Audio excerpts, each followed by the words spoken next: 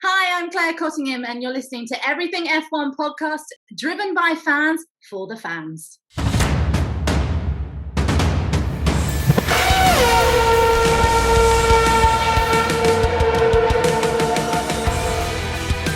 F1 podcast. This is the Everything F1 podcast. Today we review the Monaco Grand Prix and we talk to our special guest, Claire Cottingham. Stay tuned.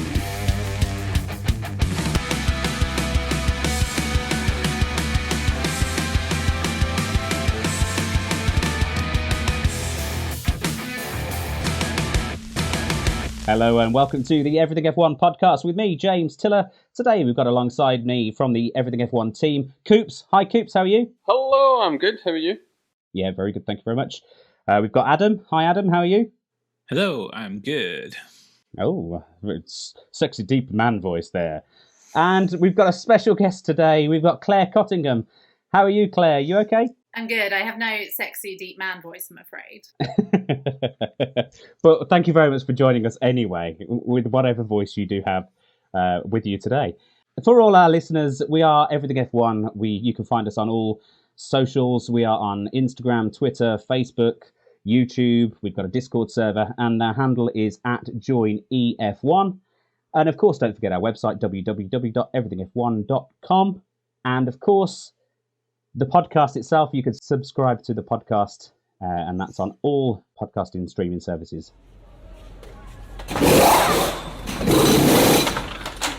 So, today we're reviewing the Monaco Grand Prix first, and then we'll have an interview with our guest, Claire Cottingham.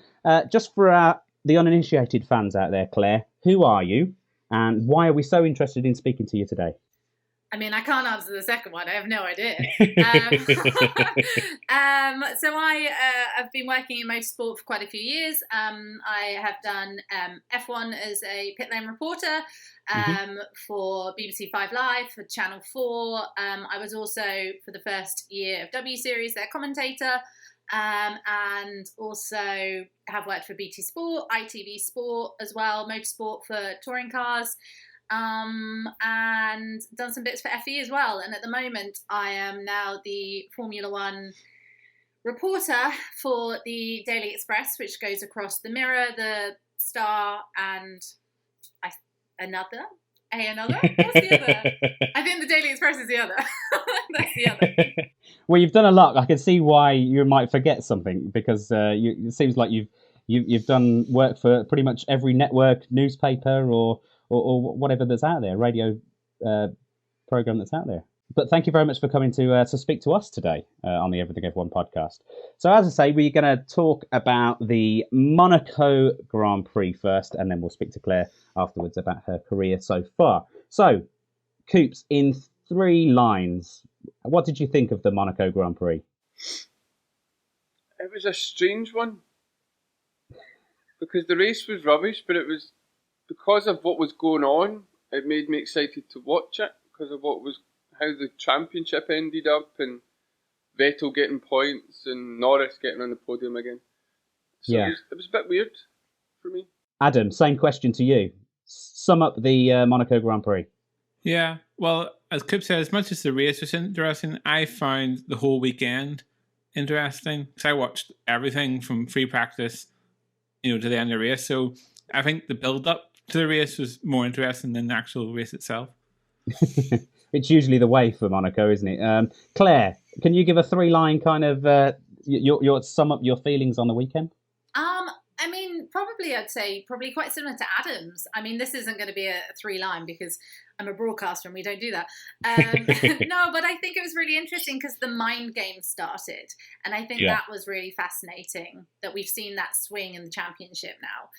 I don't know how long that will last, but I thought that was a very interesting aspect of the weekend. It was, and we'll get on to that. So let's talk about first kind of probably the most important part of the weekend, which was qualifying. Because as everybody knows, the most important part of the weekend is the qualifying session, because it is all about where you can start the race on the Sunday. Coops, who stood out for you in qualifying that wasn't in the top 3? Oh, there was a couple. I mean, stood out in ways that were good and bad. Good, Vettel and Gasly. Gasly actually put the AlphaTauri where it's supposed to be. Going by what the car looked like in pre-season. Yeah. Vettel's, well, we all want Vettel to be there, regardless. And then you had Alonso in 17th, which was weird. Very strange. Especially when Ocon got, I think he got 11th, wasn't it? I think. Yep. Sure, right. Excuse me. So yeah, they were the kind of standouts. And then, of course, we'll get on to Leclerc, but just Leclerc doing his Michael Schumacher impression at the end of the qualifying, which is quite good. But yeah, they were the kind of standouts for me. Okay, outside the top three. Okay, how about you, Adam? Same question. Who stood out outside the top three on the qualifying session? Well, obviously Lando, because we're all McLaren fans here. Not so secret McLaren fans, yeah. Yes. Again, he did what he sort of failed to do in the previous races, where he showed the pace but didn't really come in Q3. He finally got the lap in. Could have gone a bit better, but was fifth. Yeah, fifth was good. Sainz really starting to find his way with the Ferrari. He's getting comfortable, place. Isn't he? Yeah, definitely getting comfortable there. And just what Coops said. Okay, and anyone else for you, Claire, that stood out really in the qualifying over the weekend? Probably say Giovinazzi. I think he was 10th, so I think it was really good to see him get into Q3. I think that was really good. George Russell had a bit of a shocker again, and I guess the other standout, but maybe not for the right reason, is going to be Lewis Hamilton. With his qualifying performance that is nothing from what we usually have seen from the 7-time world champion. So, but other than that, no, totally agree. I think Lando Norris is absolutely driving the wheels off that McLaren. I think that's been really, really exciting to see. Be so interesting to see what Danny Rick can do come the rest of the season, because it looks like Sergio Perez is hooking up the Red Bull a lot quicker than Danny Rick is in the McLaren, which is a bit of a worry, I think. But totally. I think I would say exactly the same as the other two for standout. Well, let's talk about the top three then, because obviously the top three places were the most important ones for the race. Let's talk about Bottas first. Now, Valtteri Bottas qualified in third. He was a lot stronger than his teammate this weekend. Why was that, Claire? Do you have any kind of inside information other than just maybe set up? I mean, the problem with Lewis is his tyres were just not heating up. They were just he couldn't get those tyres working, and for whatever reason it was, Valtteri Bottas could. I think you can't really. Even though Lewis was struggling a lot of the weekend, even through practice, Ferrari were just quicker. They were. Also, you have to remember that Hamilton, he doesn't really get on with the circuit. He's only won 3 times around here in 13 attempts. That is, when you look at it, you're like, that's got to be wrong. Sorry. So there's already that coming into the weekend. And there was an interesting quote I heard from Nico Rosberg, who was talking about it, who is basically the Jacques Villeneuve of F1 these days. But he was saying, Lewis had lost the confidence during practice. And there is that sort of thing, he's not indestructible. Like, he is just like everyone else. If his confidence is knocked, it's very difficult for you to get that back. And even though we've seen Lewis do some incredible things, sometimes it just doesn't hook up. And at a place like Monaco, if you can't hook it up, you're screwed for the rest of the weekend. And that's just how it goes. And I think for Bottas as well, during qualifying, he just capitalised on as we all know, around Monaco, you need the fresh, you need air in front of you to be able to make the car even go forward. And I think Lewis just maybe got caught in traffic during qualifying, and unfortunately, that's all it comes down to. And then obviously the red flag coming out. I mean, about 5 people said they were about to put it on pole, which, to be fair, I would do. I'd be like, I don't know if you saw the data, I was going to do it too. But yeah, I think it was, he just wasn't comfortable. He was so uncomfortable in the car, and I think Bottas just found a bit of a sweeter spot. Did it show the true pace of the Mercedes? It's obviously not the highest power track and race circuit. we've been questioning whether the Red Bull is the more powerful car this year. Obviously, the Mercedes have scored the most points, so we're kind of saying, well, maybe it's the Merc that actually is more powerful. But has it really kind of shown the flaws in the Mercedes car, do you think? I mean, now, no, because Red Bull are ahead in the drivers and the constructors championship, so they've scored more points technically than Mercedes this year. Look, I think Monaco is such a difficult one. It's such a beast of its own, and you can't. It's one of those ones where you either have to go in and you're great, and you have to go, this is my track, this is my jam. This is my bread and butter.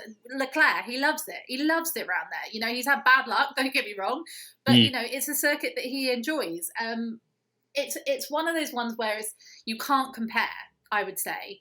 It's in its own little atmosphere, you know, Monaco. And you then go into the next race. There's Baku next. There's another street circuit, but it's a completely different beast. You know, Monaco is a weird one because the cars are too big for the track, basically now. This is why we're seeing these issues of you know, traffic and cars not being able to put in the laps that maybe they could do. Don't get me wrong, that Mercedes is fast. It's rapid. You know, it is rapid. Is the Red Bull faster along a straight? Maybe, but then we go down the bendy wing. You know, let's not go down that just in case it turns into some sort of legal battle. But you know, you do start going down that battle. You know, is it the bendy wing that's helping them out? Monaco isn't somewhere that you just can't compare them, and that's the issue with Monaco. I truly believe that Mercedes will be back fast next time out. I don't think that's the true representation of what Mercedes have. And we see Hamilton usually comes back quite strong after he's had maybe a week that's been quite full of faults, or not full of faults, but you know, but that's not a regular occurrence, is it, from Lewis? So it's a strange one for him. Should we talk about Max Verstappen then in his qualifying session? Do you think he was about to stick it on pole, Adam? Do you think that was probably going to be a pole lap from him? Yeah, but it doesn't really matter because he didn't finish it, so it doesn't really come into it. You know, Leclerc got the lap in early, he got the banker lap in, he got pole. It doesn't matter if he's the one that got caused the red flag that got him pole. That's what happens. It could be a yellow flag, could have been somebody going wide, could be anything that could have stopped Max's lap. So you can't say, oh, could he have had it? He might have, but we just don't know. And we'll leave you to discuss Charles Leclerc then, Coops. He stuck it on pole. He had the fastest lap, and then he obviously had that massive crash just coming out of the swimming pool, wasn't it? Was it that it was. Yeah, he clipped it on the inside coming in, broke the wishbone, and it sent him straight to the scene of the accident. Same as Max did a few years ago in qualifying. Exact same crash that Max did. Was it not FP3 that he done it in? Because that was the... I'm not sure he's done in He done it in FP3, well. The Drive to Survive episode, and then they could couldn't be qualify. FP3, yeah. So. But it was the exact same crash that Max did. According to the land of Twitter, he done it on purpose. No, I can't see him doing it. Especially with the cost cap this year, they can't afford to have damage in the cars. But even at that, he done a really too much of a good job. You either do Michael Schumacher and you get it totally wrong and you see exactly what he was trying to do, or you do what Leclerc did. But no, I mean, for the minute the Ferraris got onto the track on FP1, they were fast. Yeah. And I remember watching the highlights going, wait, what? Why? What? Well, yeah, because so it went from FP1, you saw the Ferrari going fast, thinking, is it just, you know, the Red Bulls and the Mercs are just holding back? Then, as you went to FP2 and FP3, they were still fast. You're going, well, maybe this is real, and maybe they can fight for pole. Maybe the tide has turned. Do you think? Do you think that's the case for every track, or do you think it's just a one-off? No, it's Monaco. As Claire kind of touched on earlier, Monaco's its own kind of bubble within the world of Formula One. Mm-hmm. You know, I think Ed kind of talked about it in a previous show. It's ridiculous, the whole Monaco circuit. And the idea that having those size of cars racing around Monaco is ridiculous. It was ridiculous when they decided to do it in the 1930s, and you know, I think it was the 1930s they first started doing it when it first came on, and then ended up doing it in Formula One. It's So, it can never be used as a precursor for the rest of a season.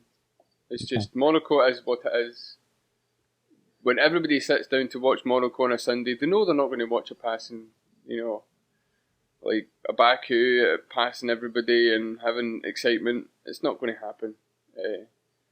But it gave us some excitement because obviously Charles Leclerc did have that accident in qualifying, which made everyone talk all night about, has he broken the gearbox? Has the gearbox, sustained damage? And then, to the surprise of many people around the paddock, Ferrari team didn't decide to change the gearbox, and everyone was, oh gosh, this is a risk. This is too big a risk. And then it ended up that Charles, on the lap out to the grid, something went, and everyone was suspecting it was the gearbox, but it wasn't actually the gearbox that they've released. It was something to do with the rear axle on the drive shaft. Drive shaft on the right, left-hand side. Left-hand side. Yeah. So what was your thoughts on that, Claire? Were you disappointed for Charles? Oh, devastated! He's a really lovely. Look, I don't pretend like I know any of the drivers. I absolutely don't know the drivers. I've interviewed them, and that's the best I can say. And Charles is one of the. I first interviewed him when he was with Marcus Ericsson. Mm-hmm. Obviously, when it wasn't who they are now, it was back in, what were they, Sauber then? I want to say. Yeah. Sauber, yeah. And he's just a nice bloke, and you can't dislike him. So I think I was really upset because obviously Charles had that brilliant year where he won in Monza in 2019, and it was 2019, and he'd come into Ferrari and he was the new golden boy, and he had all this talent under him, and he absolutely did, and everyone backed him. He's a driver everyone likes. And then we came into 2020, and Ferrari had one of their worst seasons in however many years it was, 60 or 40 years or whatever the stat is. They had a terrible, horrible year.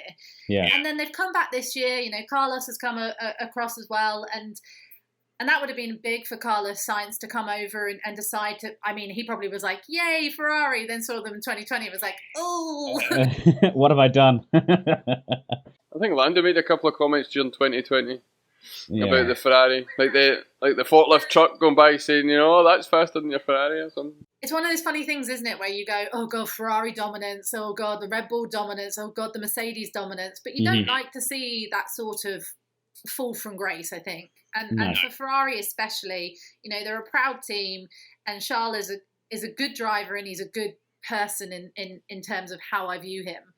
Yeah. Seeing that happen, I just head in hand moment really for just. It was just one of those things where you're like, no. And then when he was going round on the way to the grid, and you just heard his little. I literally went out to make a cup of tea. I was like, they're going to it'll be fine. It'll be fine. They're going to the grid. There's nothing that can go wrong. And I was like making my cup of tea in the other room, and I just had this no, and I was like, oh no, I know that voice. And I came in and just saw this slowing Scarlet Ferrari limping it around limping it around Monaco, and I was just like, this is, the curse of Monaco. Yeah, it's five. Is that 5 years that he's not? He has never finished. Is in any category. Has never finished the Monaco Grand Prix. And he is fast round there. That's what's so frustrating. He is good round the track, and then he has these issues. And do you know, it's a funny one. I'm not an engineer, and I don't know the ins and outs of everything that went on in Ferrari, and I doubt we ever will. But I was shocked that they didn't take the 5th-place grid penalty. I thought, isn't that the safer way to get him at least finish 5th? And look, I don't know. It could have been that they looked at it and everything was fine, and that's by all accounts that's what they said. Yeah. But I am shocked with the amount of damage that I saw. That it couldn't have been more. Even if it wasn't. They said it was the drive shaft, but they said they never checked it. They said they never checked the drive shaft. They only checked the gearbox. They never checked the drive shaft. It was only those are the things that are more prone to go, though, aren't they? The gearboxes in those situations. So why would they? I guess. I mean, you would check the whole car, surely. You'd be like, if I hit my car into a wall, I'm going to be like, where's the damage? I'm going to check everything. If it's going to, I mean, it was one of those sort of. They tried to roll the dice, and essentially they lost. Mm. I mean, it's not the first time that a team's done that. I mean, we all seen McLaren with Kimi Räikkönen's flat-spotted tyre, and he's in first place, and he's just chancing it, and they're like, will he, won't he, and then he didn't. Well, I suppose it was their best opportunity for the maximum points this season so far. For Ferrari it is. I mean, Binotto did come out and say that they didn't take a chance by not replacing it, but I don't know if that's partly just him trying to save face. The fact that they did go for it, if you know what I mean. Yeah, I suppose they were thinking position is key in Monaco, and if you start first, you're most likely going to finish first. Yeah, but if you start last or not start at all, then you don't. I suppose that was the rest. You got no chance at points. Then you get no points. At least you could have had some points. Is it better that it happened before the start of the race, or would we wouldn't have want Leclerc to be 5 laps from the end in first place and something fail? His home Grand Prix, first place in the Ferrari, a bit like is it Bahrain, the first couple of years back with his engine trouble. Yeah. Would we rather just to put him out his misery before the start of the race, or wait till 5-10 laps? He's 15 seconds ahead of everybody. I don't know. He might have liked 65 laps around his hometown. Yeah. I think he'd still be on the boat in Monaco if that was the case. I don't think he'd come out. He's like, no, I do think it was super classy though that he came down and did all the the stuff with George Floyd on the grid as well, because it was such an important thing, especially with all the work they're doing pre-race, highlighting so many important things. I thought it was such a nice thing to see him come down, and that must have been hard. That must be so hard for him to come down onto the grid and support everybody, knowing that he's not going to start the race. That must have been very difficult. And to come to the podium as well at the end to congratulate Carlos. Yeah, I got the impression that he didn't actually go back to an apartment. He kind of stayed with the Ferrari garage the whole race. I think he stayed in the garage for the race. Yeah. He's a proper Ferrari team man, isn't he? He's doing it for the team. Not doing a Kimi and just go to the boat, or Ayrton Senna, just like, nope, don't, I'm away. I'll speak to you later. Well, let's move on then. Unfortunate for Charles, obviously, he did DNF, the 5th DNF that he's had in Formula One, and I'm sure many more for other formulas. Unfortunately, next year, Charles, next year. Let's talk about the eventual winner, who obviously now inherited the kind of pole position, but obviously started on the 2nd place of the grid. But Max Verstappen, he was pretty faultless all weekend. Claire, what were your thoughts on Max? Did he really show his dominance this weekend, do you think? I mean, there's not much to say about him, because unfortunately he's the lights to flag Monaco win, which when you've got clear air, lovely. Look, he's a talent. He's a huge talent. Of course he is. Would he have struggled? Do you know what I would love to have seen is a Mercedes behind him in Monaco. That would have been fun. Like, let's see what Hamilton could have done from behind him, and see if there could have been even more fireworks. I mean, he did an outstanding job. He inherited pole position. He commanded the race from there. Red Bull made good choices of when they brought him in for the new tyres. Didn't need to go for the fastest laps. They were within Max. It was faultless, really. There was nothing you could really point out, which isn't ideal for a podcast, obviously. But what can I say? Like, they did a great job, and that's it, really. It's a difficult race to talk about, really, because there weren't any overtakes apart from Mick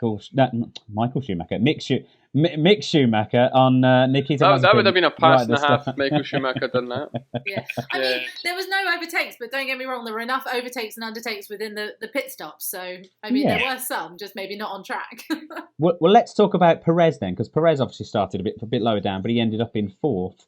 And he's obviously the other Red Bull team. So he started 9th on the grid, and he obviously went long and performed the overcut.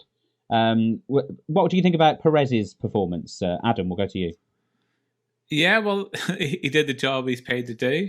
Move up the grid, even, especially in a race like Monaco where it's hard to move up. But I think Red Bull just did the right strategy. It's a strategy that I thought Mercedes would have done with Hamilton, run long and then pit later and gain places. I was actually surprised when Hamilton pitted so early. I was like, what?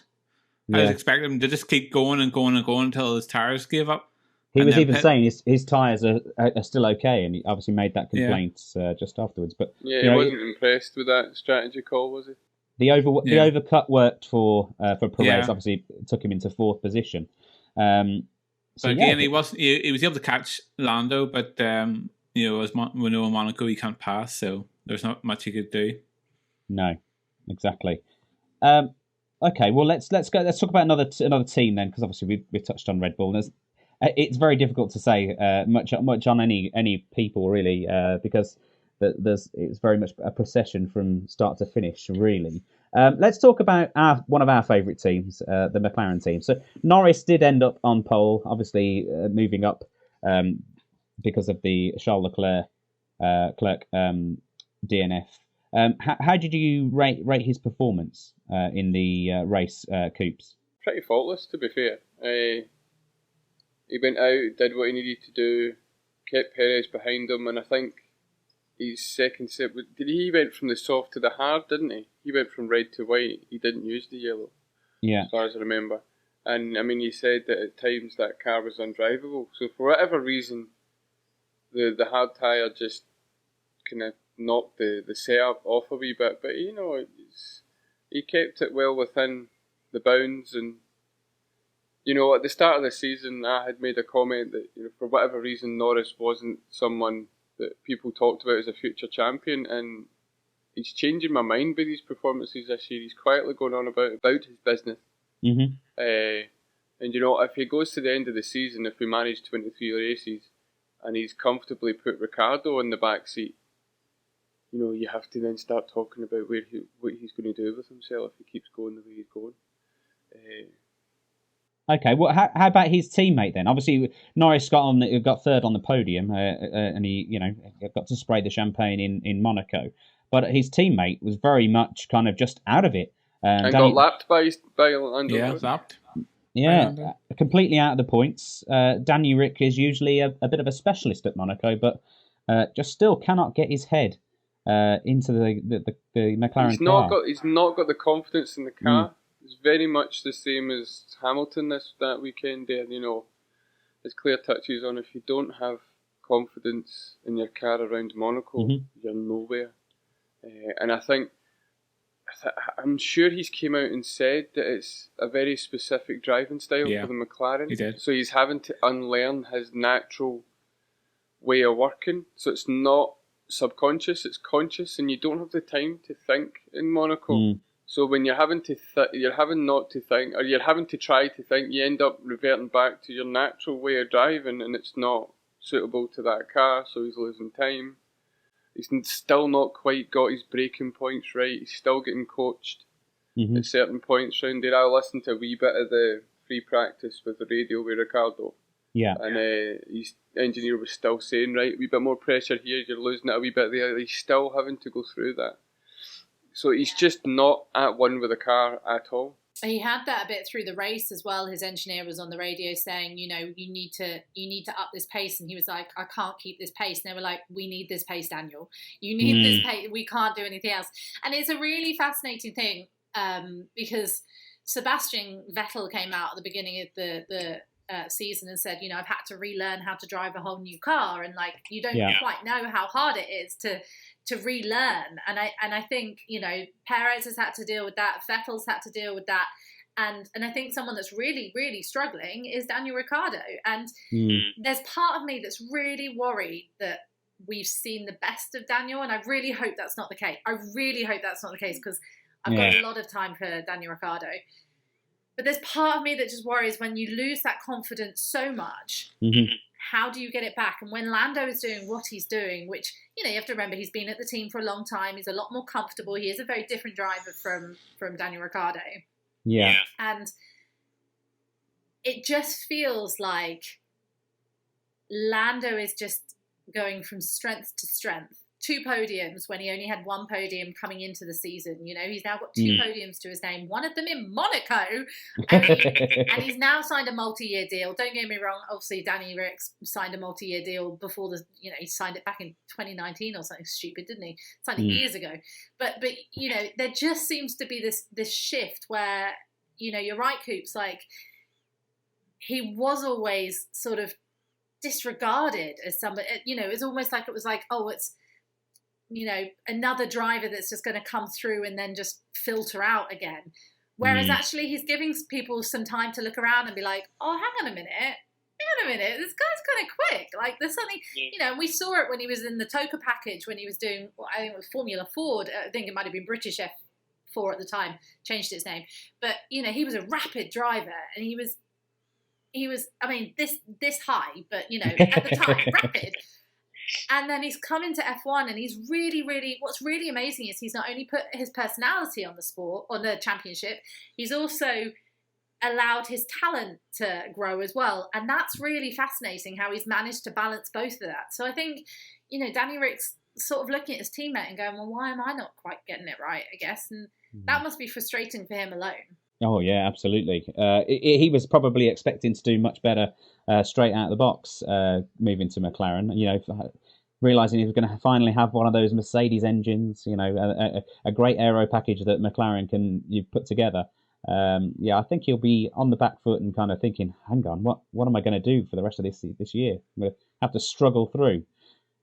Let's talk about the Mercedes team then. We've got to talk about them. Oh, nuts. Nuts. Nuts. Or nut, I should say. Yeah, so obviously Hamilton started 7th, and Valtteri Bottas was starting 3rd. And it just all went to pot for Mercedes this weekend. Let's not beat around the bush. Strategy wise, it wasn't very good. Pit crew, it wasn't very good, and the drivers, so let's say they weren't on their top form. So it was a bad day at the office for the Mercedes team. You've got to say, when Mercedes are going to have a bad weekend, they really do well when they have a bad weekend. And I'm not an anti-Mercedes fan, but you know, when you see the team or a team that dominates the sport make a mistake, you kind of giggle to yourself a wee bit. Even when you're not anti any Hamilton or that, you're kind of like, oh, yep, that happened. I used to do it when I watched it when Michael Schumacher and Ferrari done it, and the very rare occasion he binned it or something went wrong, you're like, oh, you know, you kind of perked yourself up and started watching the race. Well, that's what when Bottas, I'm sure when Bottas had the bad pit stop, the first thing I thought was, Lando's in 3rd place. I wasn't even worried about Bottas. Was like, Lando's in 3rd.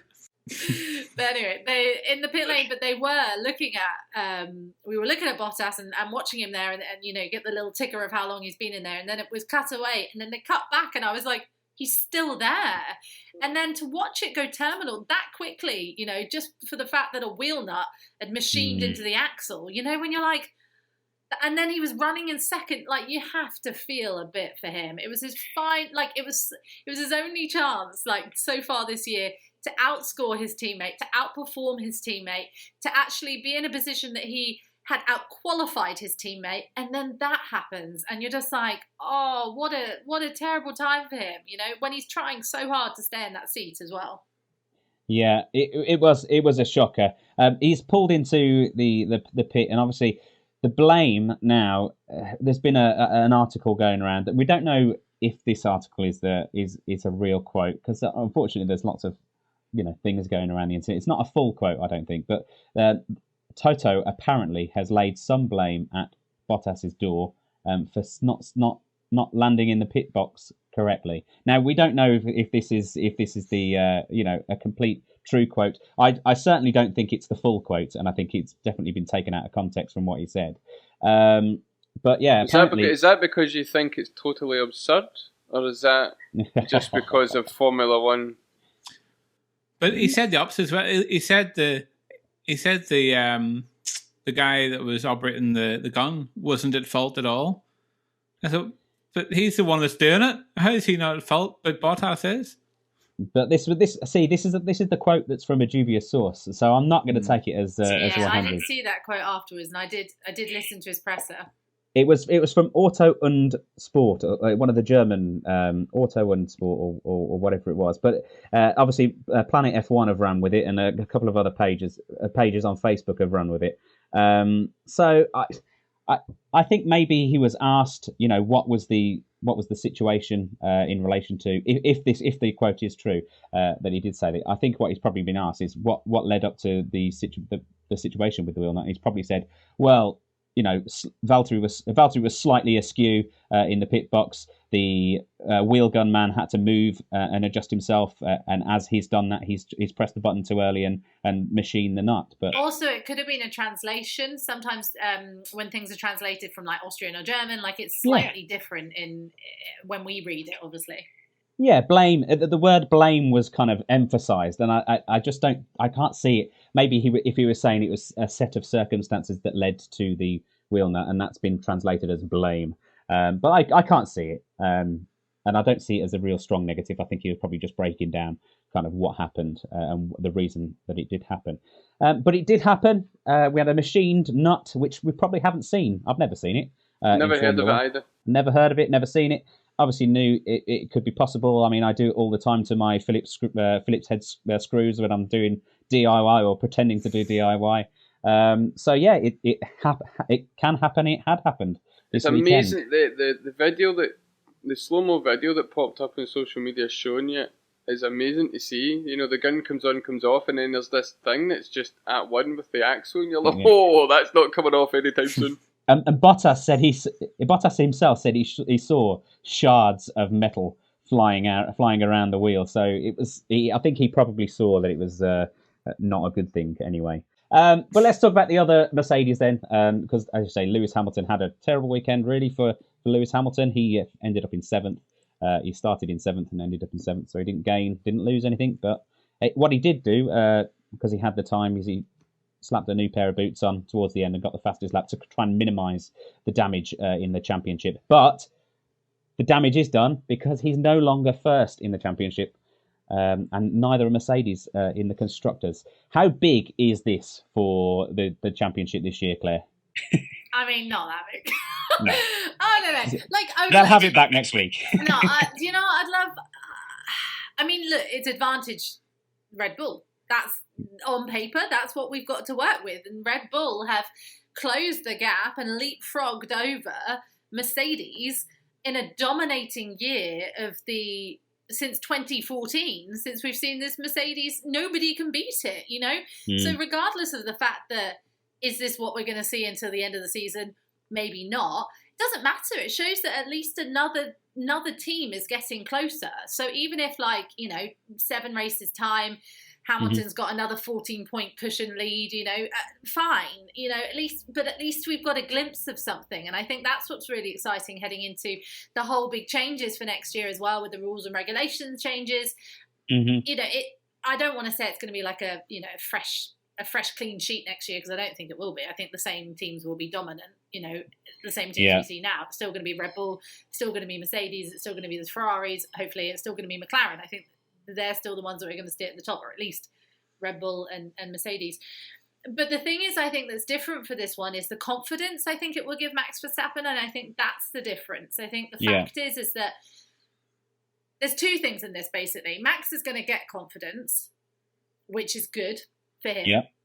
Moving to the next place, he's he can walk with his head high in the paddock, blah, blah, blah.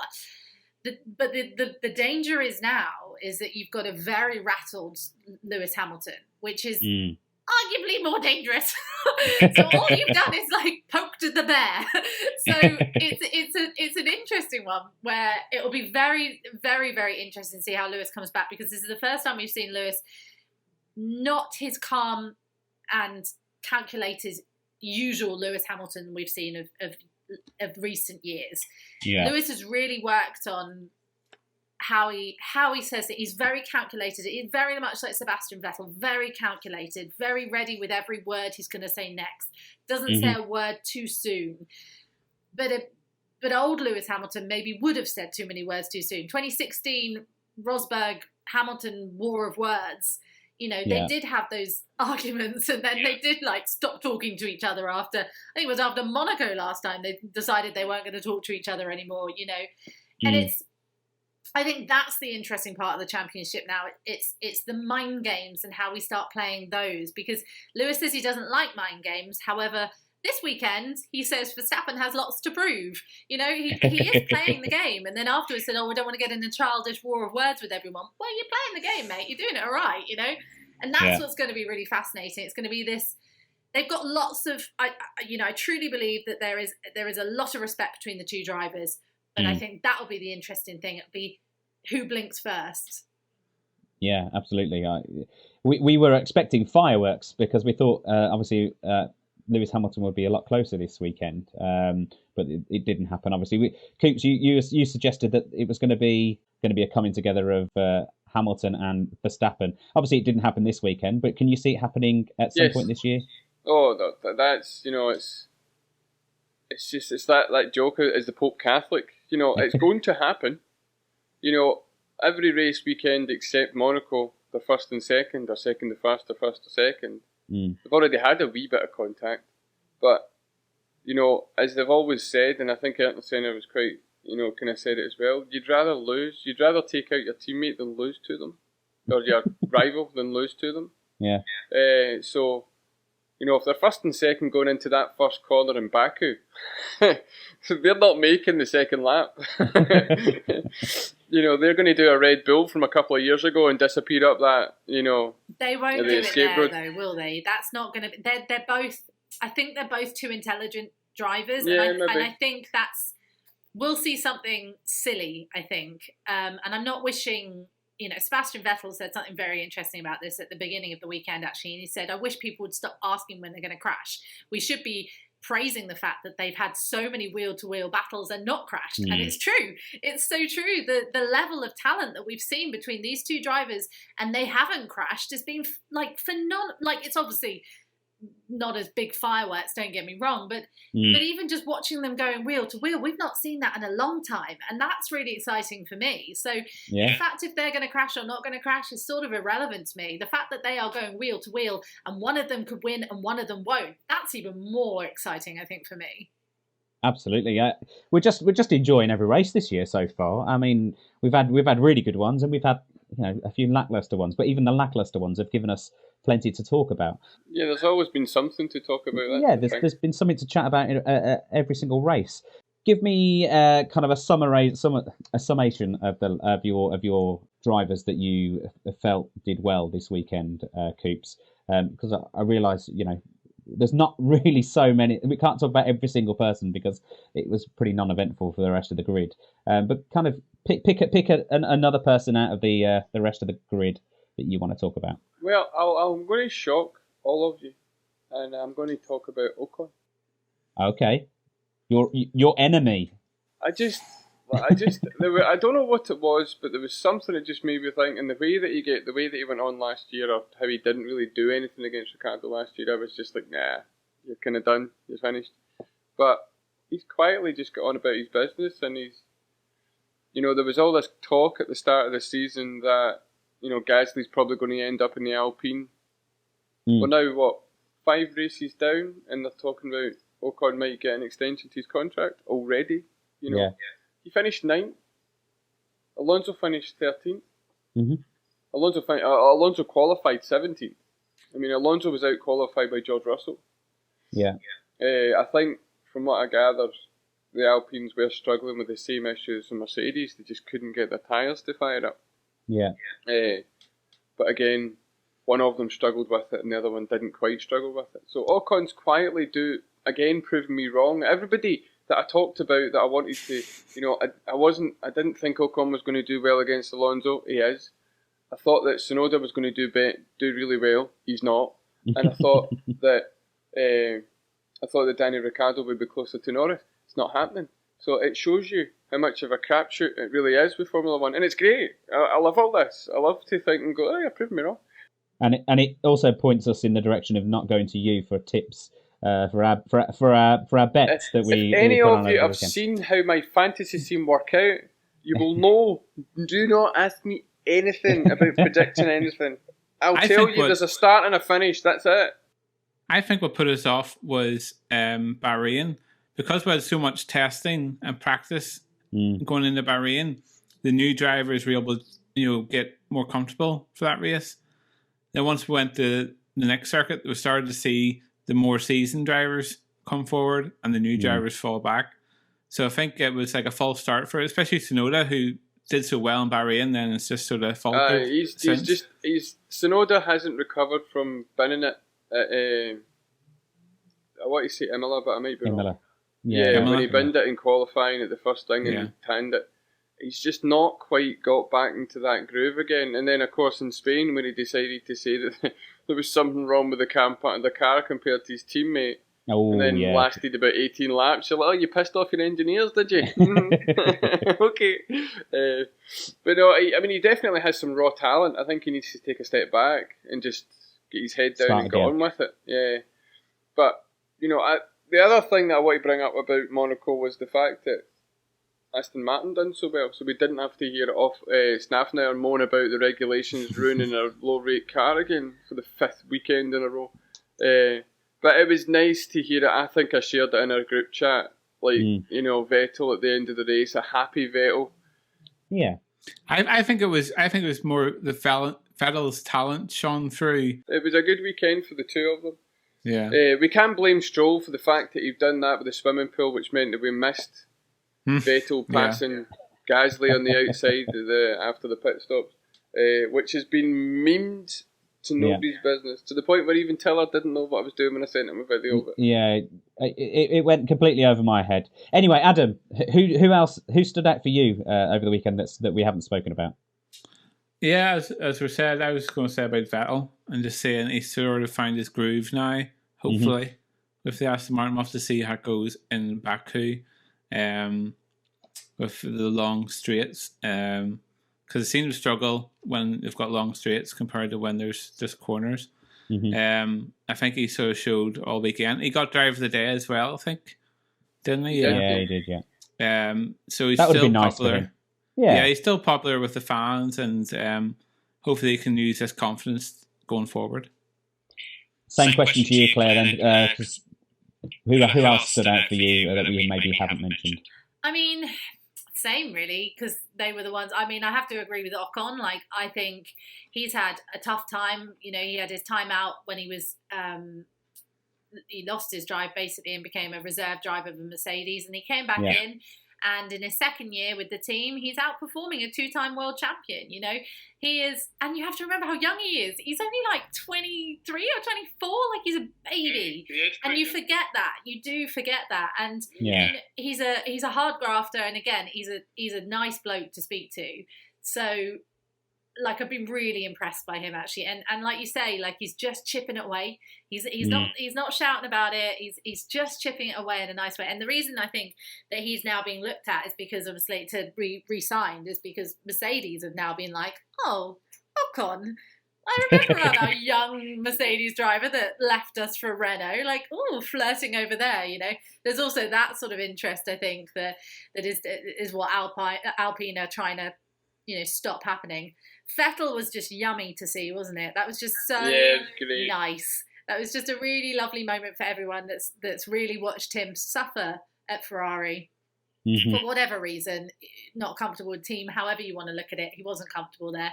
So that was really nice.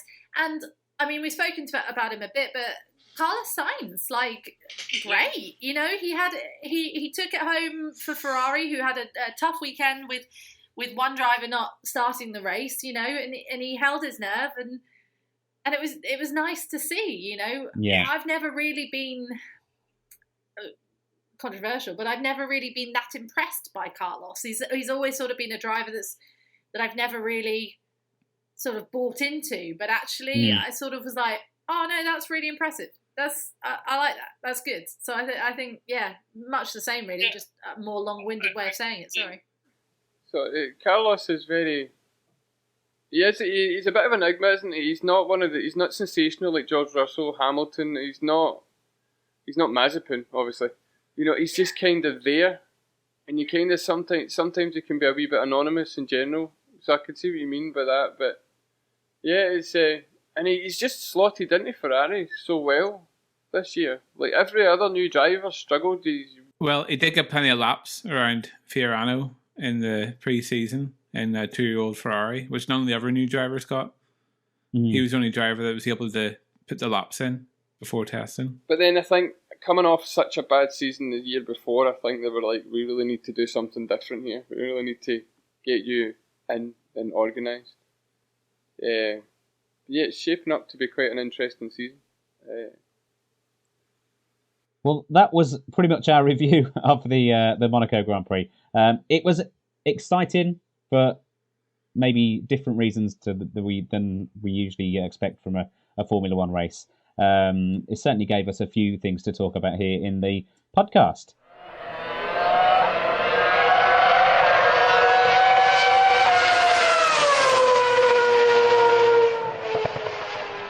Our special guest is Claire Cottingham. She's been obviously helping us review the Monaco Grand Prix. Claire, you've done loads of things within the Formula One world and motorsport world. What are you doing this year? What's your main focus this year? My main focus this year at the moment is the newspaper stuff that I'm doing. I've come away from various other things, just pandemic-wise, really, and became the F1 writer for a national newspaper, which is great. More women writers as well. We've only really got a few female writers within newspapers. So yeah, that's pretty much what I do at the moment. I write about F1 every single day and work incredibly hard over F1 weekends, basically. So is that your busiest time then over the weekend of a Formula One season, or do you try and keep busy in between the weeks too, and get speaking to constructors and that sort of thing? Or? Yeah, I mean, we do. Obviously, F1 weekends are our busiest time, and then they all kind of go into holes during the in between races. So yeah, we tend to. We spoke to George Russell this year. I'm actually quite new at the job. I started it in March. So, okay. But we've done stuff with George Russell. We've done a few things with. Trying to now desperately think who else we've spoken to. Damon Hill. We've spoken to Brundle. We speak to Norris every week. So yeah, it's busy.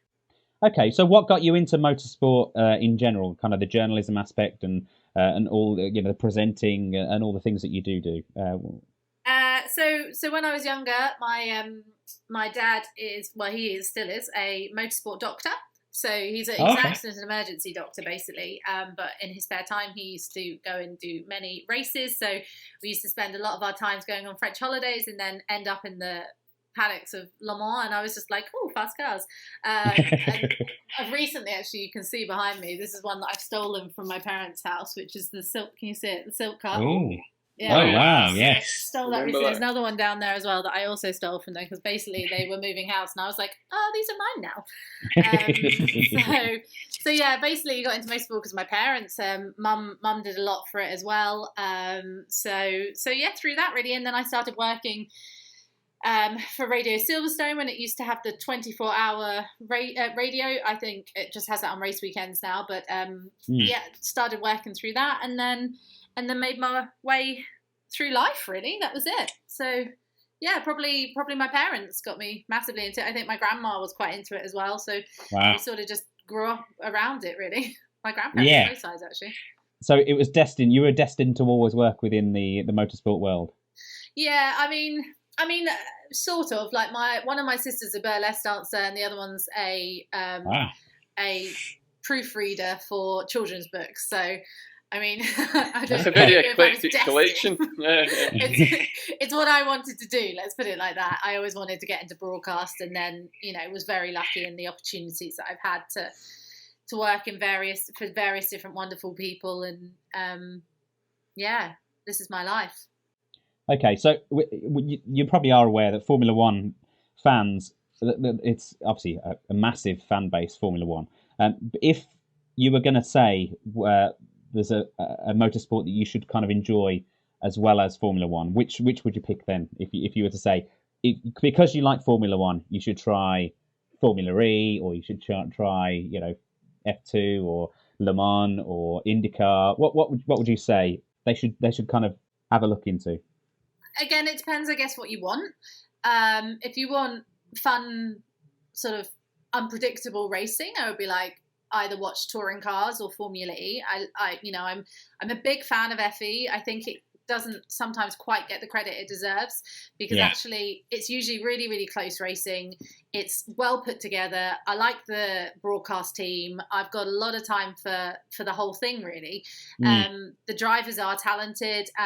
There's a lot of passion in there. It's the whole package for me.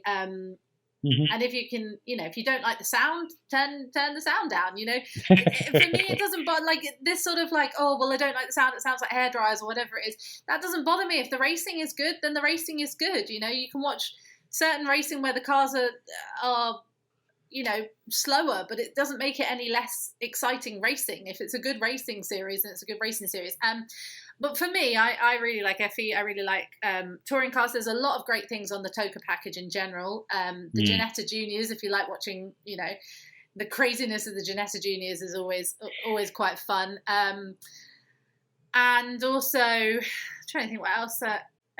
Also the British GT is great. I think that is where I started watching lots of the British GT.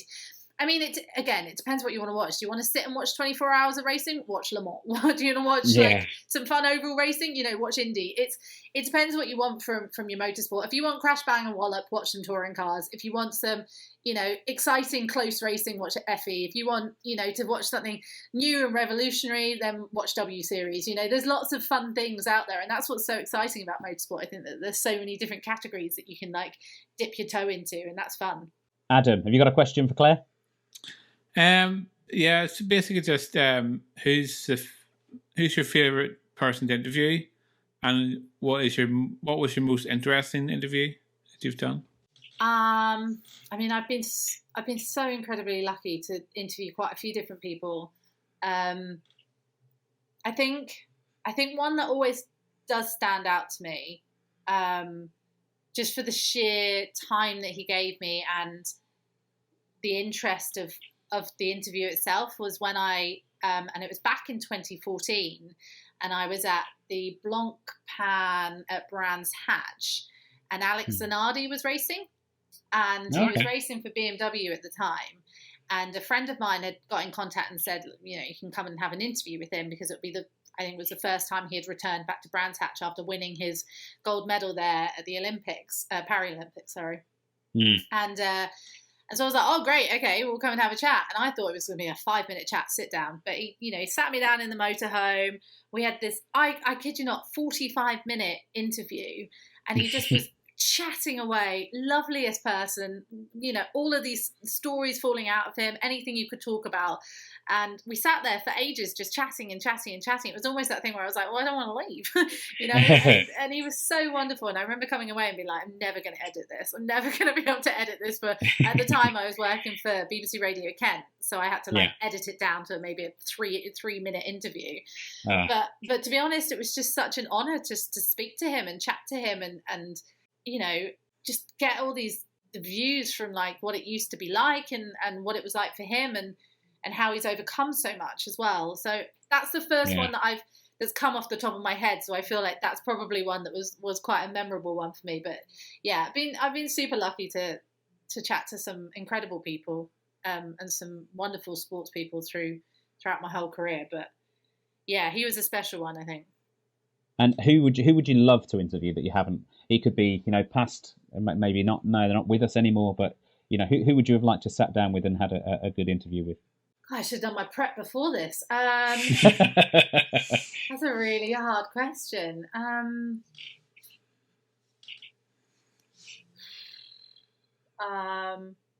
don't want to be really obvious with it and be like Senna. That's just someone I've always really regretted not having a chance to have a sit down with was Murray Walker. Obviously we lost him so recently, and I always thought that I would have the chance, and I maybe took it for granted that I thought, oh well, I meet him at an event, and I only ever walked past him. I only ever chatted to him very briefly, and I always thought, maybe arrogantly, that I would one day be able to sit at a dinner with him, and he would just be there, and I'd be able to go over and just have like a chat with him and just hear some of his stories. And I think that would be someone I've always wanted to. Actually, look, you're even sitting on a Murray Walker book. Oh, look, there he is. Yeah, right. Because it sits it up a bit higher as well. But yeah, I think Murray's always useful for something. Yeah, exactly. But yeah, I think it would have probably been Murray, and I'm regretful that I didn't ever really get to do that. So, how easy was it for you as a woman to get into motorsport? Obviously, it's not the most diverse industries. Did you find it difficult getting to where you are? I think everyone within their career comes up against boundaries and comes up against certain things. I couldn't be entirely sure if that's because of my gender. I don't know. I've been very lucky. Well, not lucky. I've worked hard, but I've been very privileged in who I've met and who I've worked alongside. Some of my best friends are, well-known commentators within the industry. Like I've made a family and I've made friends within my work, which is incredible. In terms of how hard it is, I think it's still hard. I don't think I've made it. I absolutely don't think I've made it whatsoever. I've done some incredible things within my career, and I've done some things I could only ever have dreamed of. I went to Monaco 2 weeks ago for the FE. Like, what? That was incredible. But I still have down days. I have days where I don't feel that I have a good career, or I don't feel that I've done enough, or I don't feel that I've capitalized enough on what I've worked on. Everyone has those moments, and I don't think that's down to if you're a male or a female or non-binary or whatever you choose to identify as. Everyone has these struggles. I think I won't know the answer to that question until I get to the end. I know that sounds like a really cop out, but I don't think I will. I've been helped along the way by everybody, really, by men, by women, by mentors, by all sorts of people. But then I have come up against resistance as well. To say it's easy to get into any industry is, especially during a pandemic, Yeah. I mean, it's awful out there at the moment. But I don't know is the answer to that one. I couldn't say yes or no either way, because I think sometimes your path does that. Sometimes you go down the way of you can't see it, but I'm doing a fork. It's a podcast. But sometimes your path goes one way and then it swings back to the other way. It's incredibly hard for women to get in. Yes, is the answer to that. Women will struggle, and women are going to continue to struggle. However, I do feel that there are changes, be it slow. I think they are slower than we could really hope for. More is starting to change, but not enough. So, what would be your key piece of advice for a young lady watching motorsport, thinking, you know what, this is what I want to do? What would you say to them? Back yourself, because the men back themselves. Men are wonderful. Don't get me wrong. They are awesome, but they back themselves, and women tend to, or maybe more me, I tend to second guess myself, and I think that is where my downfall has been in the past, whereas someone else might back themselves a lot more. You are your biggest champion, and if you don't champion yourself, people will see through it in a heartbeat. And get nice people around you. That's what if you've got nice people around you, it doesn't matter what people are saying on Twitter or what people are saying on any social media, because you've got the people around you that are looking after you and checking in on you. They're the only people that matter. Don't care about the rest of them. There's tossers everywhere, but keep your core. Keep the people that mean the most to you close to you, and back yourself. Do it. And in terms of Formula One, obviously they've got this We Racers One thing that they've brought in. That's to include more black people, more women. You know, they're trying to be more inclusive. Do you think this year some of the teams have kind of moved forward with actual things to kind of back up the words that they've been saying? But do you think F1 as a whole is doing that? Or do you think they still need to move? As you say, you think they're moving slowly. Do you think they need to move more quickly in order to kind of live up to the words that they're saying? I think society is moving slowly. I don't think it's just motorsport, to be clear. I think everyone is lagging behind. But the thing is, like, it's a conditioned thing. You know, it's how we've grown up thinking we have to be, and how people have grown up thinking they have to react and act, and women have fallen into a category, and certain I can only talk for women. Obviously there is so many other issues out there, but unfortunately it's not something I can't be like, I've gone through that too. I can only speak as a woman. However, there should be a lot more diversity, and there should be a lot more people involved. And I mean, can F1 do more? Probably, but I think we all can. If you're not doing more, then you're part of the problem. Okay, well, let's get a bit lighter, because obviously I went deep there, didn't I? I went quite deep. In terms of the W Series, that we're going to see a few more races. Well, we're going to see the races on the F1 weekends this year. Can you see one of these female drivers in Formula One in the future? Do you think, say, Jamie Chadwick's got what it takes to be actually seated in a Williams or in any other manufacturer for that matter? Well, I think we've got two drivers obviously already doing a lot to be involved. Jamie obviously is part of Williams. We've also now got Jess Hawkins that's come over to Aston Martin to do a few things as well. There's no reason why not. The super license points at the moment obviously is the hindrance. W Series this year is allowing super license points, which is great. Obviously, a year too late for Jamie to win when she won the championship 2 years ago. But but of course, I mean, there's no other answer to that really. Whether it's this batch of drivers, who knows? Because nobody can answer that. I would hope so, and I would like to see more women involved, and it to not be the woman driver. I would like it to be, when we did W Series in 2019, we didn't call them female drivers, women drivers. We called them drivers because they are drivers. That's what they are. So yeah, I mean, if we're still pushing like this in 10 years' time, then we're still doing something wrong. Women are just as fast, and there's a whole other thing of, Charlie Martin is pushing for more trans visibility within the paddock as well. Racing Pride is doing a lot in terms of that as well. So I think absolutely we will see somebody that isn't identifying as a man in Formula One eventually, hopefully soon. Yeah, fingers crossed. We are. That's one thing that we're strong advocates for, and that's we are very much behind all genders, races, to be included in motorsport. So something we all feel very passionately about. Okay, let's go to just something fun. Have you ever said the wrong thing in an interview? I mean, probably this whole interview. No, not this one. No. I mean, what have I said so far? Tell you a funny one that I don't know if I can tell you that one. Oh, that means you must tell us. No, I can't tell that one. I have done a few. One of them was involving 𝐃𝐫𝐢𝐯𝐳.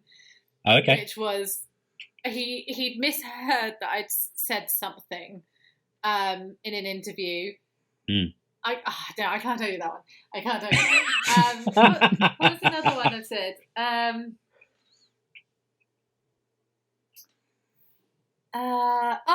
A very famous one. Famous, listen to me. It's on my Wikipedia page. It's not. I don't even have a Wikipedia page. When I first did my first ever F1 race, I was in it wasn't my first race, but my first race for BBC 5 Live. And I was in for Jenny Gow, who was doing Formula E, London FE alongside Jack Nicholls, and they were out in London. So I was drafted in alongside Tom Clarkson and Alan McNish at the time. So a couple of years ago, 2015, 16, 16, 15. 16. Anyway, it was Austria. And it was my first time in the paddock, like properly pit lane reporting, like up and down, like before I'd sort of been in and out of the paddock, but it was when I was Radio Silverstone, so it was like I'd literally walked up and down the paddock and seen a few drivers once. Anyway, this is my first time properly in a pit lane in F1. And I was with Alan McNish as we were walking up and down, and Alan, lovely, lovely person, absolutely love Alan, got a lot of time for him, but we were walking up and down, and my first interview that I did, I saw Fernando Alonso, and I was like, oh, this is going to be my first interview, this is the big balls, you know what I mean? Like, this is the good stuff.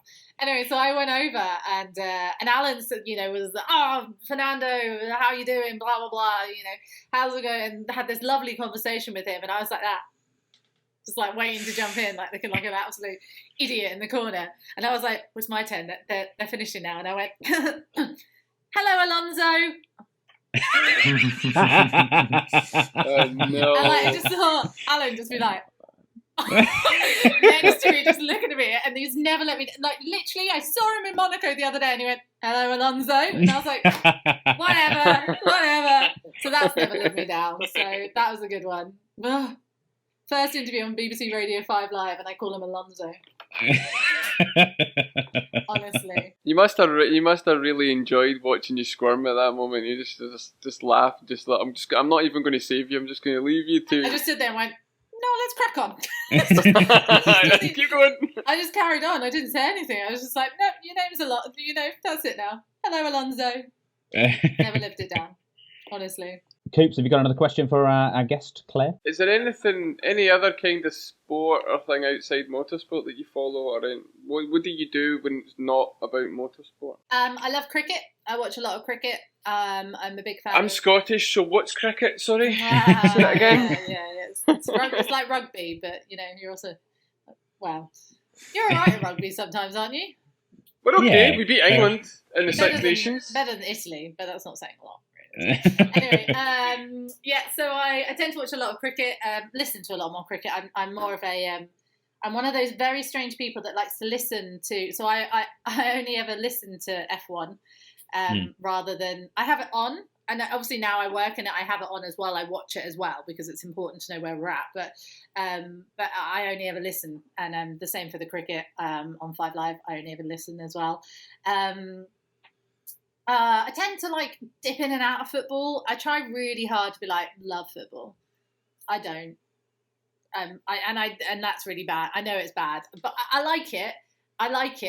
But do I love it? I don't know all the time. What I love about football is going to watch it live. I'm with you though. I don't watch a lot of football at all. These chaps always talk about it, and I'm like, football. I take it or leave it. I like it, and I love watching it live. But would I be devastated if I missed my team play? Probably not. Who is your team? So I've got. I lived at Eastbourne for a long time, so my team has to be Brighton because Eastbourne town. They're very hard to keep up with. But I really love non-league. I know that sounds like a really weird thing to say, but working at BBC Radio Kent, we did loads of non-league football. So we did a lot of Maidstone and Folkestone, and they were such fun. A really Ebbsfleet, they're really cool teams to go and see. So I'm more of a non-league football fan because there's there's lots of action. That's probably. Yeah, probably cricket, I would say, is my number 2. And I do like a bit of rugby. I just don't understand the rules all the time. So, who is going to win out of... It's obviously between the two. We could pretend that there are other people that are viable championship winners, but we will just be pretending. Out of Lewis and Max this year, who do you think will take it? If you had £5... who would just stick your £5 on today at the bookies? £20, mate. Oh, £20. She's got more confidence than that. Lewis Hamilton. Oh no, you can have a fiver actually. I've got money on the back of my phone. What a weird place to keep my money. So yeah, I'd love it to be Max. Will it be Max? I don't think so. And that's not me putting like no confidence in Max. I just think it's too soon for anyone to be able to beat the Mercedes. Do you think the Mercedes will just slowly? Their consistency is their strong suit, isn't it? You know, their 7-time world champion is their strong point. Would be my argument there. No, look, like they all work amazingly as a team, and they're still a very strong package. You know, they're incredible at what they do, and they're not 7-time world champions for no reason, and they haven't won all these titles in the last 7 years for no reason. You know, I think it's what I said at the beginning. You know, the confidence that I take from it is the fact that Red Bull have got a bit closer. Have they got close enough? I just don't think so. Not with an 8th world title looming. I just think it's too strong of a pull for Hamilton. And will we see Hamilton in the car next year? And how many years do you think he'll be around for? I think yes, we will. I think it will be a 2-year deal because I don't think he wants to race after 40. Okay, and who do you think will be sitting next to him? Will it be Russell or will it be Bottas still? Or somebody else, Esteban Ocon, as we mentioned earlier. It's going to be Stoffel Van Dorn. I'd love it to be Russell. I mean, that's not a prediction. That's just what I'd like to see. But then also, Bottas is a nice guy. I could never be a team boss because I'd be like, everyone has a seat. We'll be just like giving it to one driver to the next. I'd like to see it be Russell because I think if Russell doesn't get it sometime soon, he's going to be pootling around in the back with a Williams for another year. And obviously Williams have had a tough old time, but I think it would be a shame to watch that talent fall behind. And actually, I think if Russell didn't get a Mercedes seat next year, he should look for other teams. Definitely. If Williams aren't going to give him a package that can show what he can do. Otherwise he'll miss the boat, and I don't really want to see that. So I hope I like Bottas, no offence Bottas, but I'd like to see it to be, it'd be nice to see if it was Russell. Okay, we're British fans, obviously, so we do have a slight bias towards the British drivers.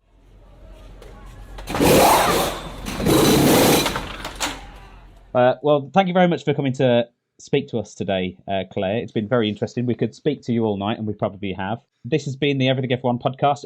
We are obviously available on all the social networks that we mentioned before at the start of the podcast. Is there anything that you want to promote while you're here, Claire? Nah. Okay. Go and follow me on Twitter. Don't follow you on Twitter, or do? Well, you don't have to if you don't want to. But you can do. I don't write anything interesting. No. Talk about backing yourself, like. So go ahead and follow Claire Cottingham on Twitter. She does have insight and she does share a lot of stuff because that's how we found her.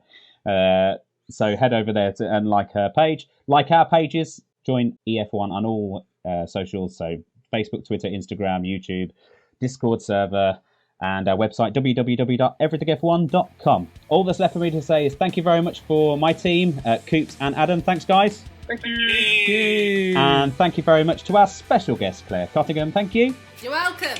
I'm clapping myself.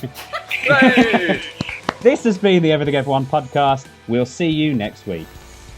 Bye. Bye. Bye.